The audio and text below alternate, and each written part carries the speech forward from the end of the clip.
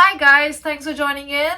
This is the Yushi, your recruiter. I'll be helping you out to know what recruiters look into your resume.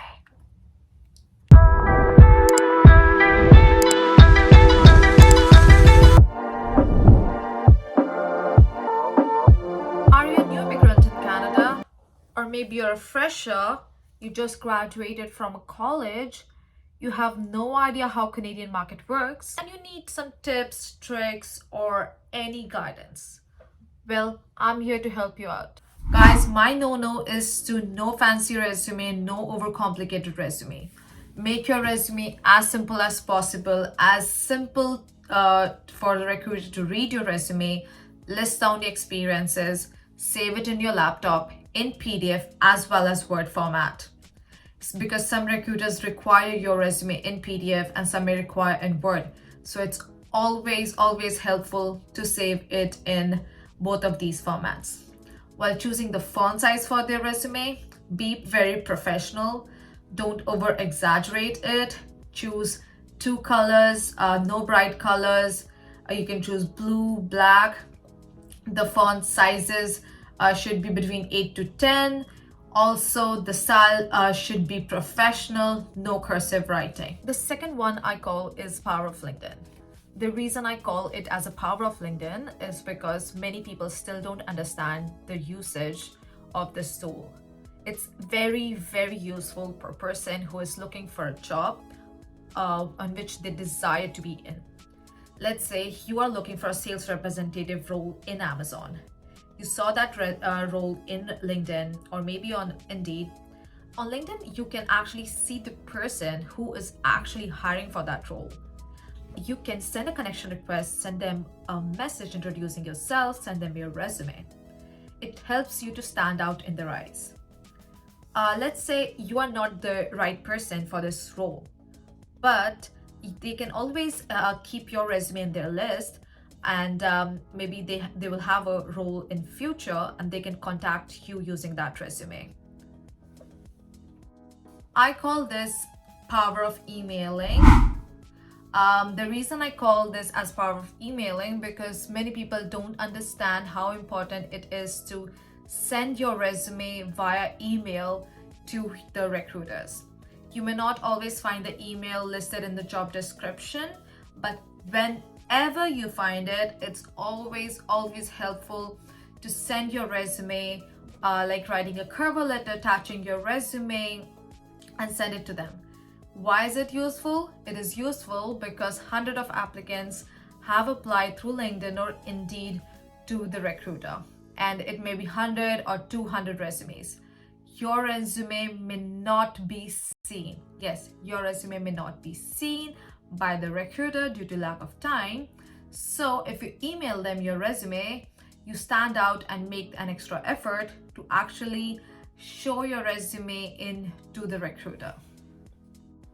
Continuous follow-ups. It's always good and looks professional to take the follow-ups from the recruiter whom you recently interviewed with. Email them, text them, however your conversation started with the recruiter.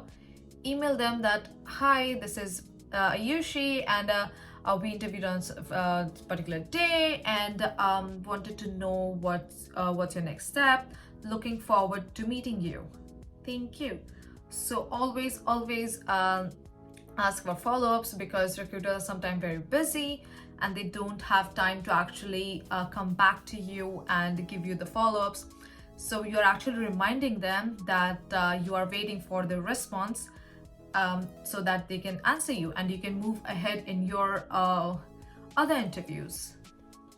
So what skills are recruiters actually looking into your resume? Honestly, recruiters are only looking for hard skill into your resume and no soft skills. They're actually not interested in your soft skills. They're more interested in hard skills. Now, what do you mean by hard skills?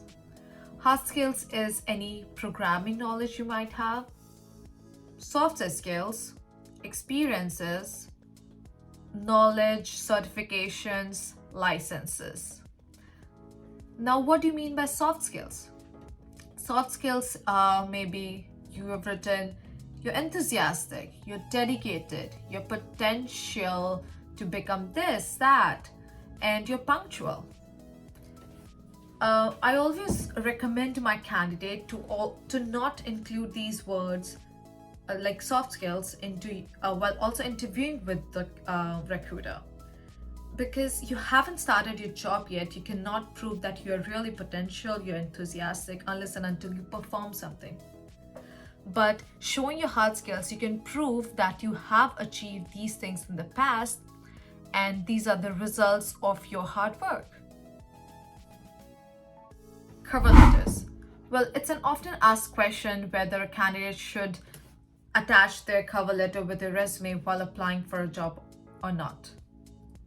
Well, it's not recommended to always add your cover letter. If you don't have a cover letter, it's okay to proceed without the cover letter. But let's say if you're applying for a role and it takes you to their website and it asks for their cover letter, you can attach a cover letter to it. Other than that, you don't really need it. Companies such as Amazon, they have declined and they don't require cover letters with the resume. Experiences. While writing your experiences in your resume, for example, let's say you worked for a company for a year. You joined the company in May 2021, you worked till September 2022, you were laid off, and then you applied for several jobs, you landed a job in January 2023. You weren't working for those 4 months, you were applying for the role. So to avoid those gaps, what you can do is just add that you were working in a certain company from 2021 to 2022, and then you started with another company 2023, and so on. In this way, you're not adding the months and you're avoiding the gaps. Let's say while interviewing with the company, the recruiter asks you what months were you working for these companies. While having this conversation, you can always put this forward and let them know what happened and what were you doing in their gap. What are the pro tips you can use for your resume? First, you shouldn't ever include your full address in your resume. You can just write the city you belong to, let's say Scarborough, Ontario, your postal code, your phone number, that's it. Many immigrants in Canada, I've also seen people adding their visa status, their photos, never. Also, they add which country they come from, their birthplace. Also, I've seen people adding their blood group. We don't need that, guys. We don't need that.